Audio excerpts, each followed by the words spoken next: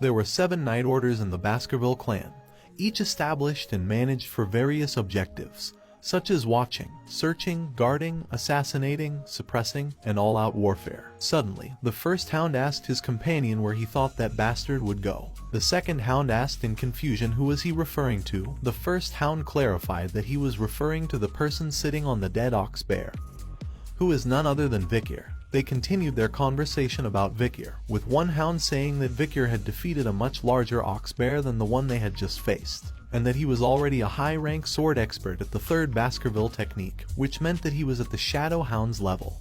Bichir sat on the dead ox bear, lost in thought. He knew it had taken longer than he had anticipated to reach his current level, which was graduate intermediate rank at the 5th Baskerville technique. While his swordsmanship had improved greatly, he felt his growth was much slower than he had hoped for. Suddenly, head butler Barrymore appeared behind Bichir and addressed him as Master Bichir. The butler informed Bichir that the Patriarch was looking for him and that his assignment had been decided.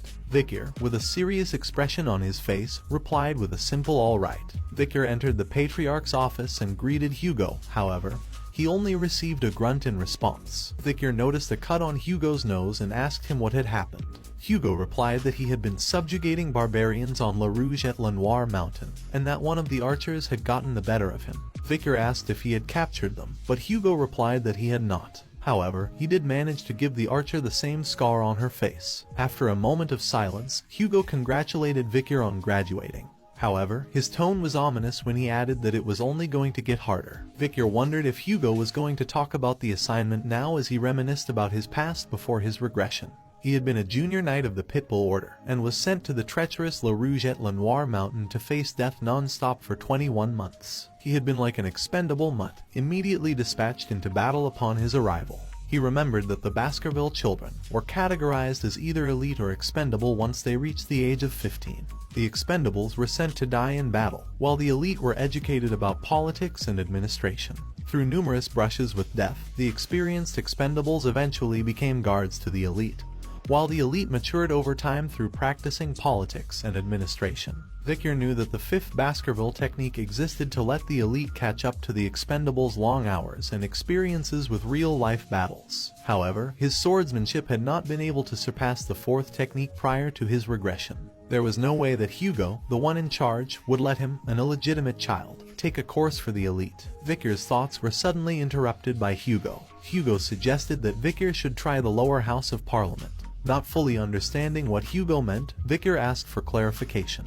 Hugo explained that the lower house of Parliament assisted the Baskerville clan's regional administration, legislature, and law enforcement, as well as inviting businesses and looking after the region as necessary. Simply put, they managed both small and large matters of the clan. Bichir was surprised that Hugo had selected him, an illegitimate child, to take the elite course. Hugo continued, saying that Bichir's achievements were greater than any child who was referred to as a genius by 10 years. So, he would treat Bichir as such. The position that Bichir would be taking was the deputy consul of the underdog city. Currently, both the consul and deputy consul positions were vacant. Hugo asked Bichir if he would like to try it. After considering Hugo's proposal, Bichir decided to accept the position of deputy consul of the underdog city. However, before proceeding, he wanted to discuss an incident involving the Morg clan and the ruby mines. Hugo seemed to know about it already and referred to how Bichir screwed over Adolf Morg.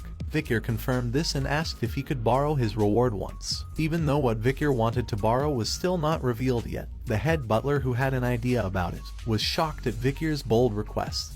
But Hugo didn't seem to mind. He stamped a paper and assured Bichir that he trusted him not to do anything foolish. With confidence, Bichir promised he wouldn't make Hugo worry, but he couldn't help but think how strange it was to be called son by Hugo, something that would have been unimaginable before his regression. As head butler and Bichir walked down the hallway, the head butler spoke in a serious tone. He emphasized the Patriarch's high regard for Bichir, as evidenced by his appointment as a consul prior to being dispatched into battle. The head butler referred to this as the disciplines of kingship, suggesting that Bichir was being groomed for greater responsibilities in the future. However, Bichir was not complacent about his new role. He acknowledged that success was not guaranteed and that he would have to work hard to manage his responsibilities as deputy consul. Bichir thought to himself that this was an opportunity for him to hone his skills more safely.